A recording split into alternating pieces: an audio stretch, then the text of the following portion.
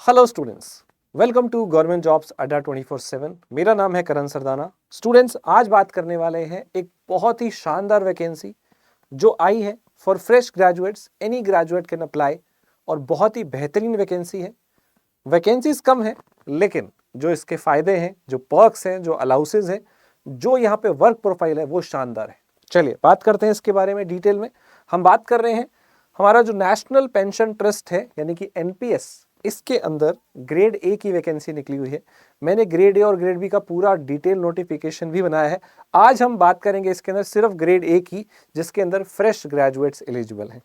तो आइए इसके बारे में डिटेल में बात करते हैं। क्या क्या चीज़ों पे हम डिस्कस करेंगे।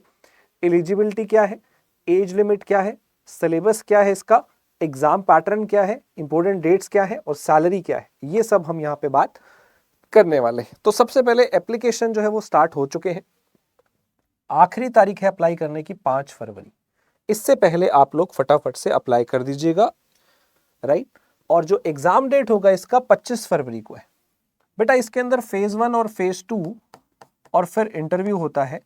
जो इसका फेज 1 फेज 2 है वो एक ही दिन होगा, तो यानी कि वो एक ही दिन में खत्म हो जाएगा और बाद में आपको इंटरव्यू देना है। तो चलिए देखते हैं और चीजें। सबसे पहले इसमें नंबर ऑफ वैकेंसी कितनी है जिसमें सारे ग्रेजुएट अप्लाई कर सकते हैं।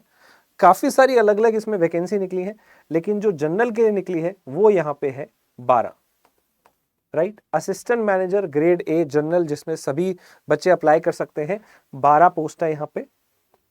एंड इसमें एलिजिबिलिटी क्या है, क्या एक ग्रेजुएट अप्लाई कर सकता है? यस, बिल्कुल कर सकता है, लेकिन फुल टाइम ग्रेजुएशन होनी चाहिए। यहाँ पे लिखा हुआ है पार्ट टाइम नहीं चलेगा, ठीक है।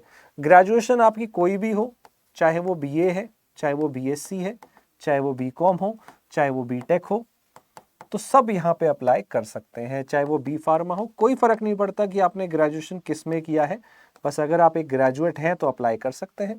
इसके अलावा सीए है, सीएफए है, कोई भी प्रोफेशनल डिग्री आपके पास है, एमबीए है, तो भी आप अप्लाई कर सकते हैं, राइट। ग्रेजुएशन है तो अप्लाई कर सकते हैं, कोई दिक्कत नहीं है। अच्छा, कोई परसेंटेज नहीं है, 50% वाला भी अप्लाई कर सकता है, 45 वाला भी कर सकता है, उसमें भी कोई दिक्कत नहीं है। ये एक बहुत बड़ा रिलैक्सेशन है परसेंटेज वाला। आरबीआई ग्रेड बी में अगर आपके 60% हैं तो आप नहीं जा सकते। सेबी के अंदर तो बीए बीकॉम वाले भी नहीं जा सकते हैं। बहुत सारी ऑर्गेनाइजेशन में परसेंटेज मांगा जाता है। एनपीएस आपको मौका देता है कि परसेंटेज यहाँ पे बार नहीं है। So that is a good point. 21 से 30 साल यहाँ पे एज लिमिट है, और ये एज लिमिट कब देखी जा रही है? 31 दिसंबर 2024। अगर आपका डेट ऑफ बर्थ इस तारीख तक 21 से 30 के बीच में आता है, जो आपके जो एज है वो 21 से 30 साल आती है इस डेट ऑफ बर्थ तक, तब आप अप्लाई कर सकते हैं। नाउ इसके अंदर फेज 1 और फेज 2 एक ही दिन में हो जाएगा। फेज 1 में यहाँ पे जो पेपर होगा आपका ग्रेड ए असिस्टेंट मैनेजर के लिए, आपको 5 सेक्शन मिलेंगे, इंग्लिश, रीजनिंग, मैथ और जीए, करंट अफेयर। ये तो हर जगह आता ही है। ये वाला पोर्शन इस बार नया ऐड हुआ है। तो क्या चेंजेस हुए हैं इस बार एग्जाम के अंदर, पैटर्न के अंदर? वो ये चेंज हुआ है, इन्होंने ना कंप्यूटर हटा दिया। जो पहले वाला सेक्शन होता था ना, उसमें कंप्यूटर भी होता था एक। बाकी तो देखो इंग्लिश, जीए, रीजनिंग, क्वांट होता ही था, लेकिन कंप्यूटर होता था। कंप्यूटर वाला पोर्शन हटा के इन्होंने क्या डाल दिया यहाँ पे? कंप्यूटर वाले पोर्शन की जगह थोड़े बहुत क्वेश्चन कॉमर्स के, अकाउंटेंसी के, मैनेजमेंट के, फाइनेंस के, डेटा एनालिटिक्स के, स्टैट्स के। पर ये आएंगे कितने क्वेश्चन? 25 क्वेश्चन। तो हर टॉपिक में से थोड़े 4-4, 5-5 क्वेश्चन आ सकते हैं, राइट। इसमें पेंशन से भी क्वेश्चन आएंगे, एक्ट, कंपनी एक्ट से भी क्वेश्चन आएंगे। तो थोड़ा सा इन्होंने यहाँ पे कॉमर्स साइड से, अकाउंटेंसी साइड से, पेंशन साइड से जो पार्ट है वो यहाँ पे ऐड किया है। स्टैट्स हो गया, डाटा एनालिटिक्स हो गया, ये सब यहाँ पे ऐड किया है। तो बाकी अगर आप देखेंगे 25, 25, 25 और ये 20, यानी कि 95 क्वेश्चन बाकी मैथ, रीजनिंग, इंग्लिश और जीए से हैं, लेकिन ये 25 क्वेश्चन इन्होंने अलग से ऐड करे हैं। तो 120 क्वेश्चन, 120 नंबर, और टोटल टाइम है 1.5 घंटे का। कॉम्पोजिट टाइम है यहाँ पे, अलग अलग सेक्शन वाइज टाइम नहीं मिलेगा। पहले यहाँ पे कंप्यूटर आता था, कंप्यूटर हटा दिया है, अब आपको कंप्यूटर पढ़ने की जरूरत नहीं है, लेकिन डेटा एनालिटिक्स आपके कोर्स में ऐड हो गया है, ठीक है। यहाँ पे अगर हम बात करें, फेज 1 जो है सिंगल शिफ्ट में होगा, और फेज 1 जो है इंग्लिश के अंदर होगा। ये हिंदी और इंग्लिश दोनों लैंग्वेज में होगा, ठीक है। और सेम डे पे यहाँ पे फेज 1 फेज 2 का, अभी फेज 2 के बारे में बात करते हैं उसमें क्या आएगा। और यहाँ पे ना आपको कट ऑफ निकालनी पड़ेगी, सेक्शन वाइज भी ओवरऑल भी, दोनों इसमें कट ऑफ रहेंगी। नेगेटिव मार्किंग 1/4 रहेगी, ठीक है। इसके बाद अगर आप बात करें फेज 2 की, तो फेज 2 में जो पहला पेपर होगा वो होगा डिस्क्रिप्टिव इंग्लिश का, और साथ के साथ जनरल स्टडीज भी इसमें डिस्क्रिप्टिव जो है वो रहेगी। तो ये डिस्क्रिप्टिव इंग्लिश यहाँ पे होगा, डिस्क्रिप्टिव टेस्ट होगा इंग्लिश का भी, जीएस का भी, ठीक है। नाउ जो दूसरा पेपर है इसके अंदर, वो यहाँ पे क्या है, वही जो हमने जो वहां पे सब्जेक्ट थे कॉमर्स अकाउंटेंसी जो पूरा ऐड किया था, वही यहाँ फेज 2 में पेपर 2 में ज्यादा आएगा। यानी कि 100 नंबर का, ये भी 100 नंबर का है, ये भी 100 नंबर का है, 60 मिनट इसके, 40 मिनट इसके। तो आपका पूरा पेपर जो है ना एक ही दिन में होना है, फेज 1 भी फेज 2 भी, ठीक है।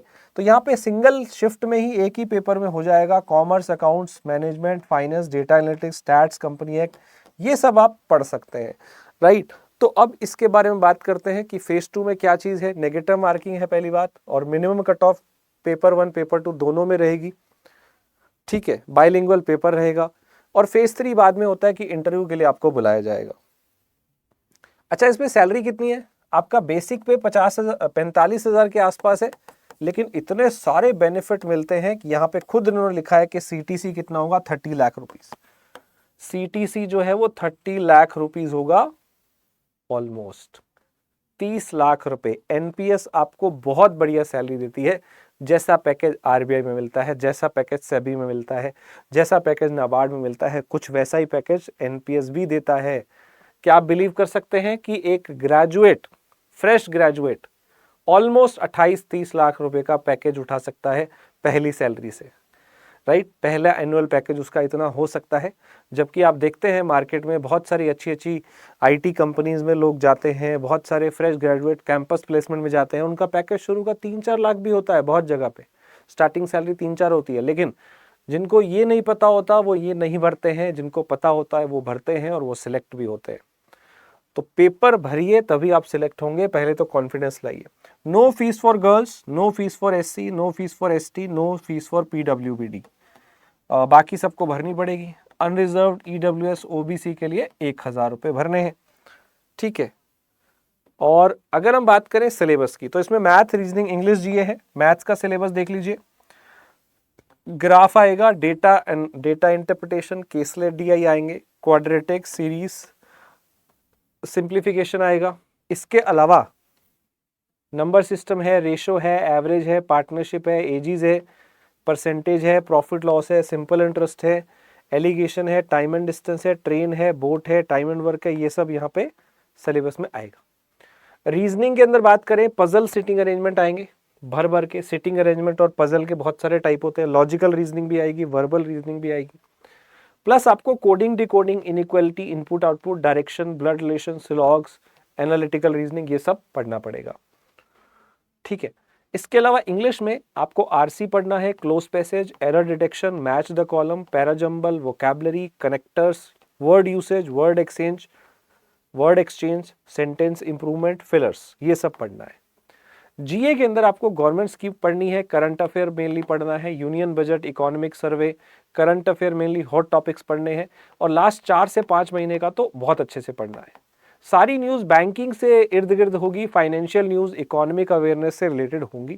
थोड़ा बहुत स्टैटिक पोर्शन भी आएगा 10-15% का, कि बुक्स हो गया, डेज हो गया, डैम्स हो गया, नेशनल पार्क, स्पोर्ट्स हो गया, अवार्ड्स हो गया, जो भी रिसेंट चीज़ें हुई हैं वो सारी चीज़ों पे आपको काम करना पड़ेगा। इसके लिए करंट अफेयर के लिए 9 बजे शीतल मैम का जो सेशन है वो देखना स्टार्ट कर दो, आपका करंट अफेयर बहुत अच्छा हो जाएगा। मैथ्स की स्पीड बनाने के लिए मेरा एक सेशन होता है 8:30 बजे, जिसमें मैं कैलकुलेशन बताता हूँ, ट्रिक्स बताता हूँ, स्पीड मैथ्स कराता हूँ, वो देखना स्टार्ट कर दो।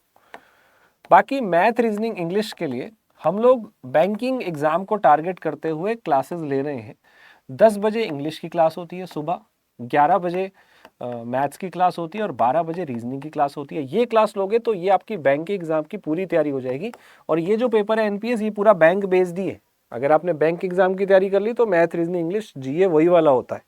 हाँ, लेकिन जो आपका ये वाला सेक्टर है, ये कहाँ से पढ़ेंगे, इसका थोड़ा आइडिया लेना है तो आप ना सेबी वाले पेपर उठा सकते हो, PFRDA वाले पेपर उठा सकते हो। वहाँ पे कई सालों से पहले भी ये चीज़ें पूछी जा रही हैं। कॉमर्स हो गया, अकाउंटेंसी हो गया, मैनेजमेंट हो गया, ये बहुत सारे सब्जेक्ट आते हैं, पेंशन सेक्टर हो गया, ये सब आता है बहुत सारी जगह में।